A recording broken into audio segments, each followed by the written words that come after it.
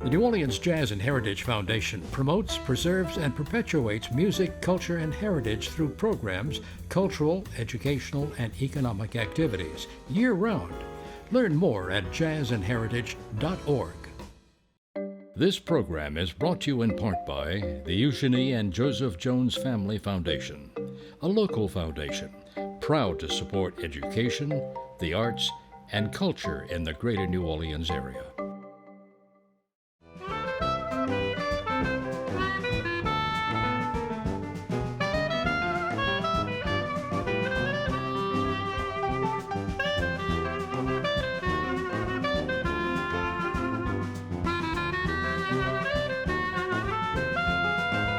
I'm Peggy Scott Laborde, and welcome to Steppin Out, with updates from the local restaurant, arts, and entertainment scenes. Joining me, Poppy Tooker, host of Louisiana Eats on WWNO Radio. Hey, Miss Poppy. Peg. Hello. Making her Steppin Out debut, Amina Scott. Hey.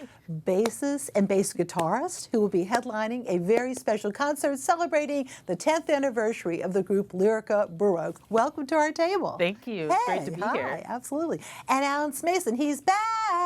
Like to Editor of the Crescent City Jewish News and theatercriticism.com. Welcome back, Thank you. kiddo. Poppy, some really, really exciting restaurant news. Absolutely. We're going to start off with big congratulations to Chef Chris Padalino, who's Brennan's new executive chef. Now, I would like everybody to take note of the power females who are taking over our historic restaurant kitchens. Way to go, girls. You know, we've got Chef Meg Bickford at Commander's, and now Chef Chris at Brennan's. Good job, Ralph. And she's been a member of the team there for a while, and you can see in the next shot how thrilled everybody is. Look at that adorable Christian in his pink suit. And there's the whole crew, thrilled to have Chef Chris now at the helm.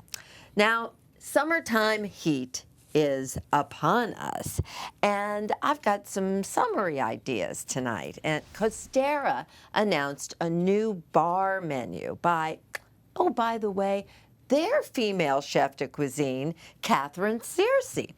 Now, there's, of course, innovative cocktails to pair with all of those vibrant coastal flavors that she cooks up.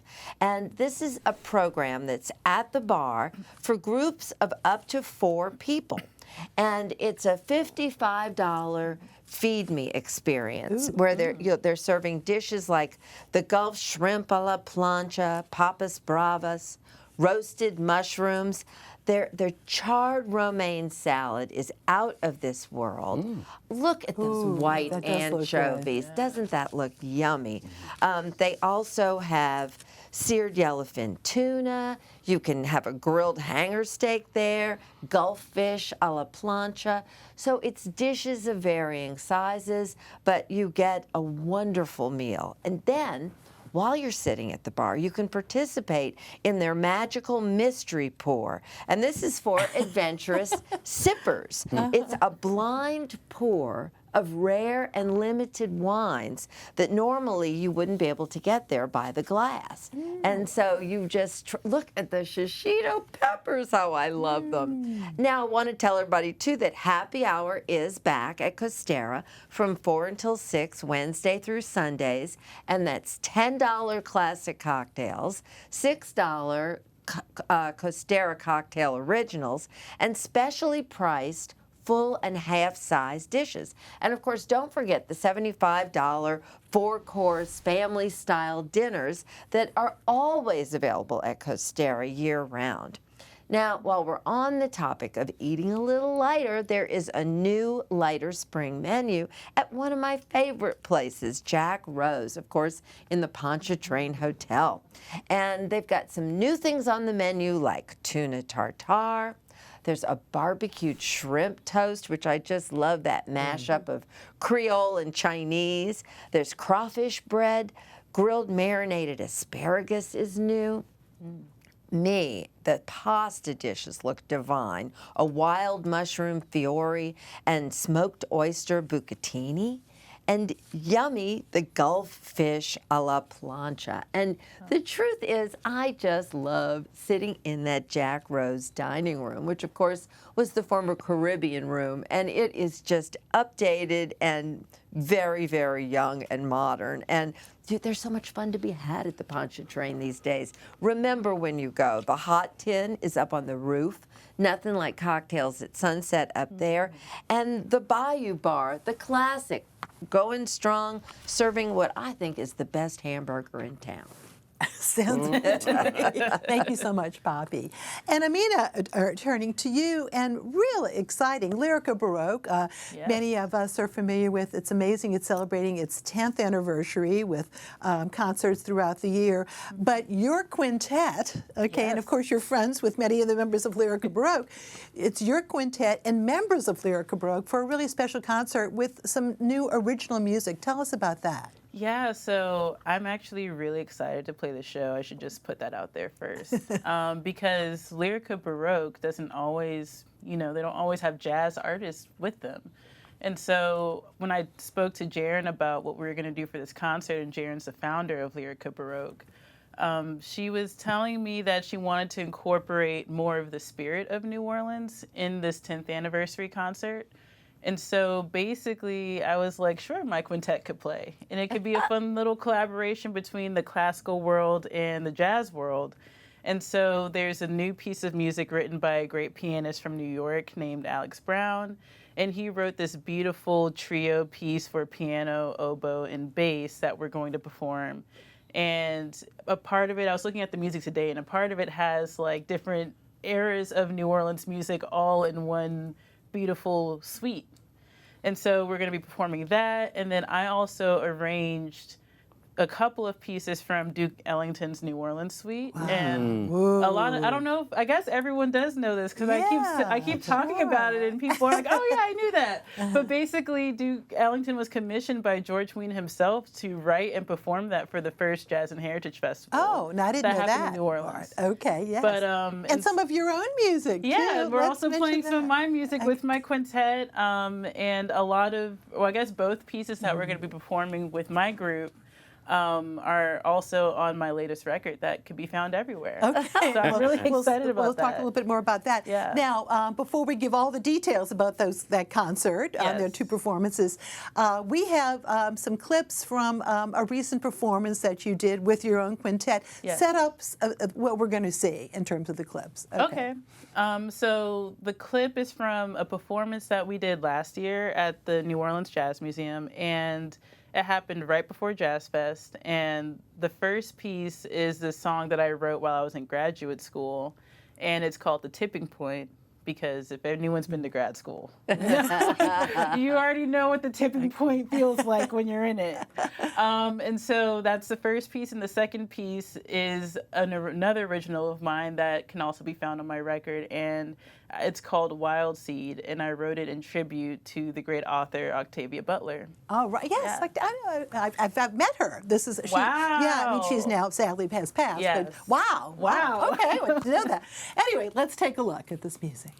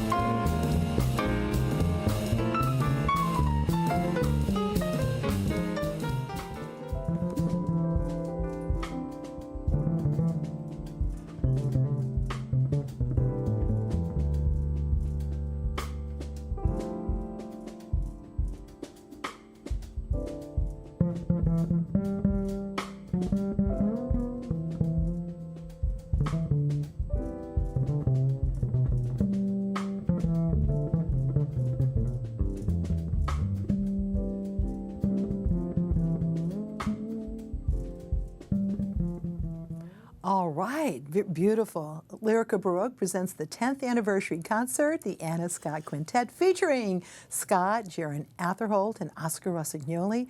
And as we said, compositions by Alex Brown, Amina, and the Duke Ellington. Wednesday, May 28th, 6 p.m., the New Orleans Jazz Museum. And of course, that's on Esplanade with a suggested donation. And you can go to lyricabaroque.com for tickets. But also Thursday, May 29th at 7 p.m. at the Algiers Music and Artist Studio. That's on Tesh Street as well. So very exciting. What an amazing way to celebrate a 10th anniversary, having new music commissioned. And I know, right? The planning of music, recently, new music. But let's talk a little bit about you. You teach at, what, Loyola and Tulane? University of New Orleans. UNO. Yeah, UNO. Yeah. Uh-huh. And tell us about that. Well, I started teaching there right before the pandemic in 2019. And currently I teach private bass students. I have usually about 8 to 10 a semester. And then I also teach small ensembles. So like the group that you saw in the clips, it's around that size. And so I teach a couple of groups that are about that size also. And I coach them up. Wow. Yeah. And so you're mainly contemporary music, more modern jazz, or Yes. you go back and forth? I go back and forth a little bit. I guess now, thanks to Jaren and Lyrica Baroque, I'm definitely tapping more into the classical music aspect that I used to study when I was in college. So it's been really fun rediscovering that. But most of my current gigs are in the modern jazz area. I would Now, say. you're originally from Oakland, but you've been here a while. About 14 years in August. Well, you're an Orleanian. You're an Orleanian, of course. Everyone right? says that, and you know what? I accept it. I love it here. I will accept that. Do you primarily get to stay here, or do you travel around the country too? I travel a good bit. Usually, more recently, it's been going back to Oakland and taking the lessons I've learned here and pouring into my community there. But I also travel for shows. I travel with some artists that tour in and domestically and also out the country. So that's been really fun the last couple of years to be able to get to do that. Oh, wow. Yeah. And Amina, taking that bass, tell us about that. So hopefully sometimes they already have an upright bass, right? Hopefully. One can only hope. But you have shipped your bass too, huh? With my electric bass, my bass guitar, yes. Usually if I'm traveling somewhere, I bring that with me. Okay. But for the upright, I kind of just leave it up to the universe that one will be there waiting for me if I'm on a plane. If I'm in New Orleans, it just goes in the car and, All right, take it with me. And for more info about you, your website? Yes, you could find me at www.aminascott.com. Okay, we can remember that. All Yes. right. Thank you. It's great to have you here. Thanks too. for having me. Yes. Alan, he Well, is I'm back. indeed back. And again, we've had some wonderful theater the last few weeks. I'm sorry I wasn't here. The WYES last week, etc. And Doubt finished, of course, at Le Petit. But finishing its run at Rivertown is Something Rotten, which is doing so well that almost all of its shows that have previously been announced have sold out or have just a handful of seats left. But if you've not seen it and you're a fan of musicals, run to see this show. The Bottom Brothers, Nick and Nigel, played by Mark Fouché and Cody Elzinson, are the focus for Something Rotten. The two collaborate upon them basically around the same time as Shakespeare, who's revered as a rock god among no equals. Nick hates Shakespeare, while Nigel adores him. Directed by Kelly Fouché, who you just saw there, also plays Nick's wife, Bea. This is the first time that both Mark and Kelly are on stage together. Nick tries every trick to keep Shakespeare at bay, played by egomaniac Jake Wynn Wilson, and while the starstruck brother Nigel basks in the glory of that celebrated playwright. Now, Nick enlists a soothsayer named Nostradamus to channel his prescient powers, essentially, and to find out what will be the rage in the future. The result from Nostradamus is it's a musical, and if you have not seen this show, this is a setup of all things Broadway musicals, and you will love it. Along the way, we meet several characters, such as Portia, played by Victoria Ventura, who falls for Nigel, and then it's her Puritan father, Jeremiah, played by Ken Good, who's also wonderful, and would-be producer Shylock, played with squealish delight by Ricky Graham.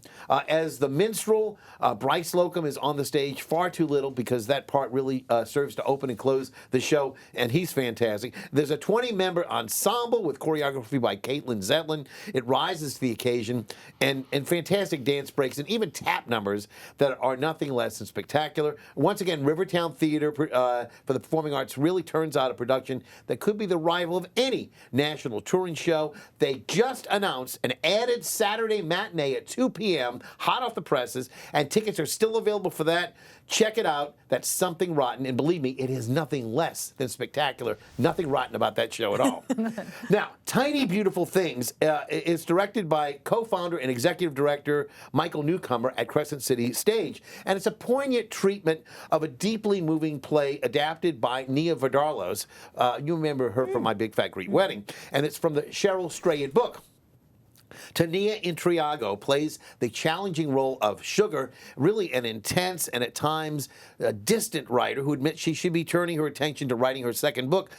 Before becoming involved in the lives of her column's readers, alas, she cannot stop herself. She's a fan of it. As she plunges deep into all the questions that her letter writers proffer, and again, they're played by Rashif Ali, Helena Wang, and Steve Zissis, she reveals more and more about her own traumatic upbringing. It's through the raw experience of sharing that Sugar really endears herself to her reading and, of course, the in-person audience, and makes for a powerful and unbreakable connection with the letter writers and the audience. Tania Intriago delivers at times an understated but always a powerful performance, and Ali, Wang, and Zissis all deliver really extraordinary performances to really match that of Intriago's. It's a one-act play filled with large doses of humanity, charity, and empathy, and it really makes Tiny Beautiful Things an extremely moving theatrical experience. And the beauty of this work really is found in the relationship between Sugar and the letter writers. Sometimes a seemingly unrelated story finds resonance in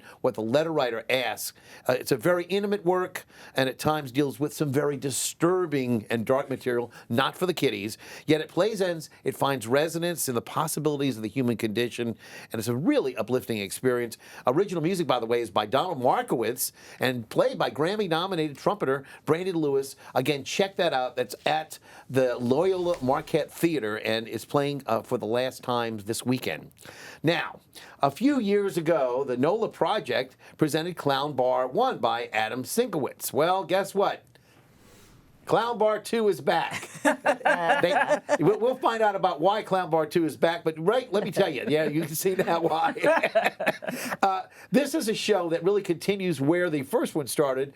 It's basically about an underground group that runs the crime syndicate in town. These are two cops. That's Benjamin Daugherty and Megan Whittle, and they're trying to find out what happened to Happy the Clown, who is the crime syndicate boss, or I should say, the clown crime syndicate boss. And it's only a short act, as it were, about 80 minutes or so. But you've got that's David Sellers, who plays Sato. He's not a clown, folks. He's a mime. There's a big difference. And then again, you've got people like Kristen Witt, who plays Virginia.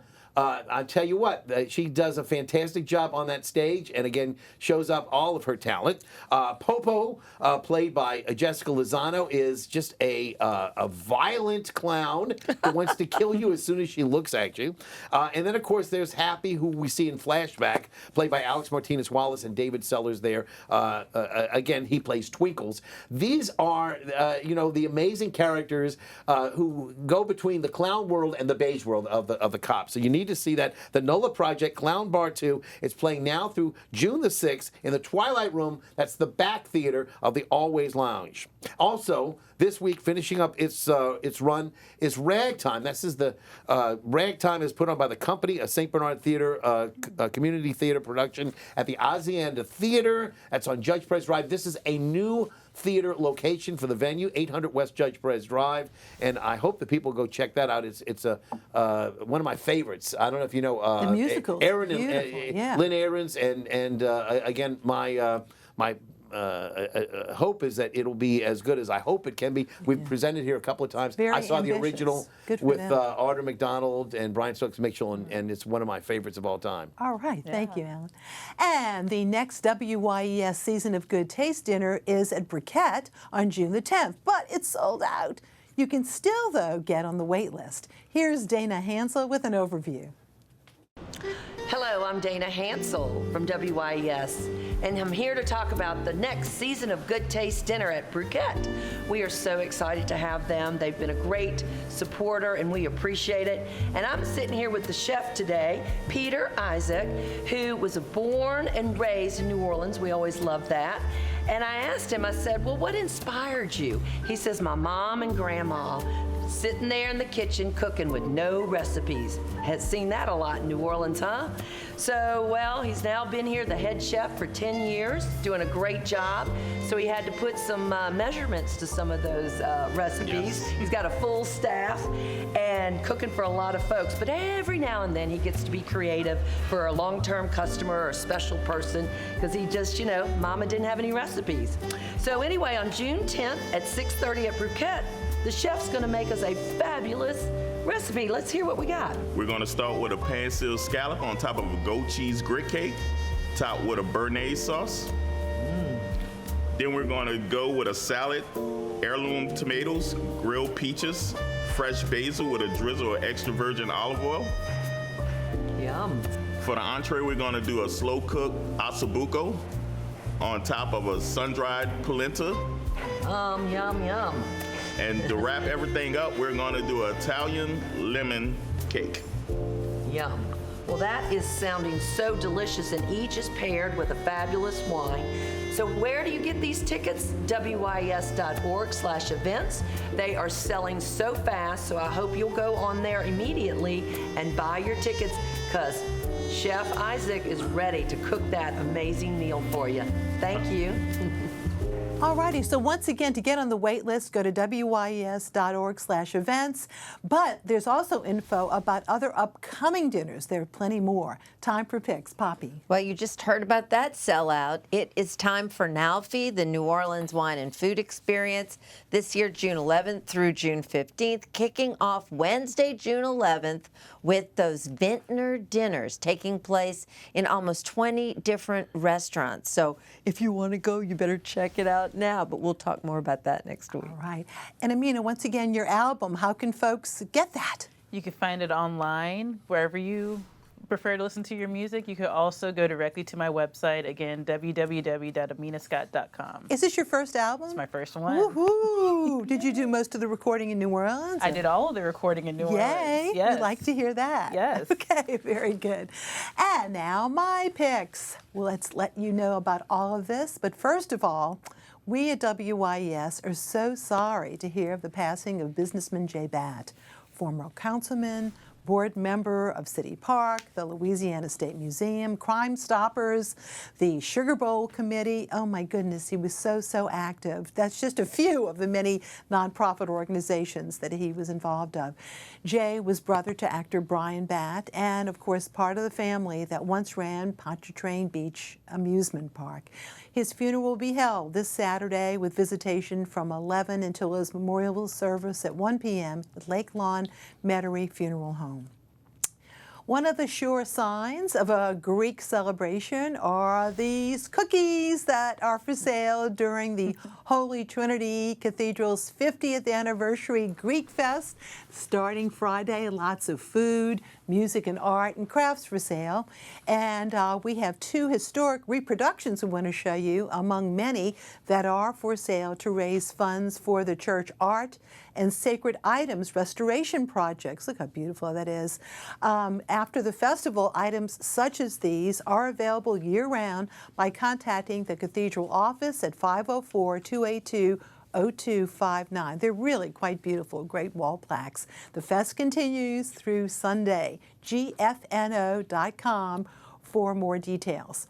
Amanda Hampton Bravender will sign her new book, Bébés, Beauty and Bees, Making Fancy Look Easy, on Saturday at 5 p.m. at Garden District Bookshop. Bravender shares her family recipes along with beauty secrets. She's a hairstylist and makeup artist, beekeeper, and mother of 5. Oh my goodness, God bless her. Over at Tipitina's, on something totally different, Susan Causil, Samantha Fish, Paul Sanchez, and many more fine New Orleans musicians will perform for a special fundraising concert Sunday at 8 o'clock to assist Scott Aegis and his family. He's very, very tragically is fighting cancer. This Night of Love features the music of Tom Petty. Go to tipitinas.com for tickets, but you can also connect with the GoFundMe campaign on that website to help the family with medical bills. Very sad. Next Tuesday and Thursday, the Marigny Opera House presents Verismo, a night of Italian opera and dance. In an exclusive clip of a rehearsal, here's Taylor Witherspoon and Bogdan Minka performing Parigi o Cara from Verdi's La Traviata, along with Edward Spots and Adrian Simmons performing one of the dance sequences which are part of the evening.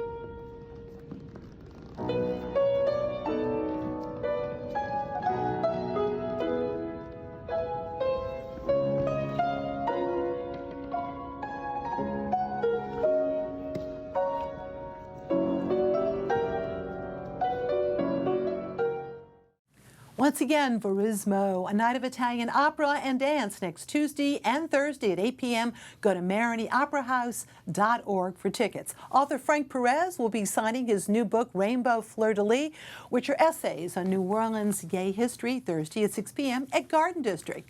And now, Mr. Allen, your pick. Yes, Toto, we're not in Italy anymore with that Italian theme. The New Orleans Museum of Art is presenting one of my favorite films of all time, 1989's Academy Award winner, Cinema Paradiso. That'll be on Wednesday, May the 28th at the Sidney and Waldo Bestoff Sculpture Garden. Tickets are only $15. I'll see you at the theater. All righty. Thank you all so very much, and thanks for watching.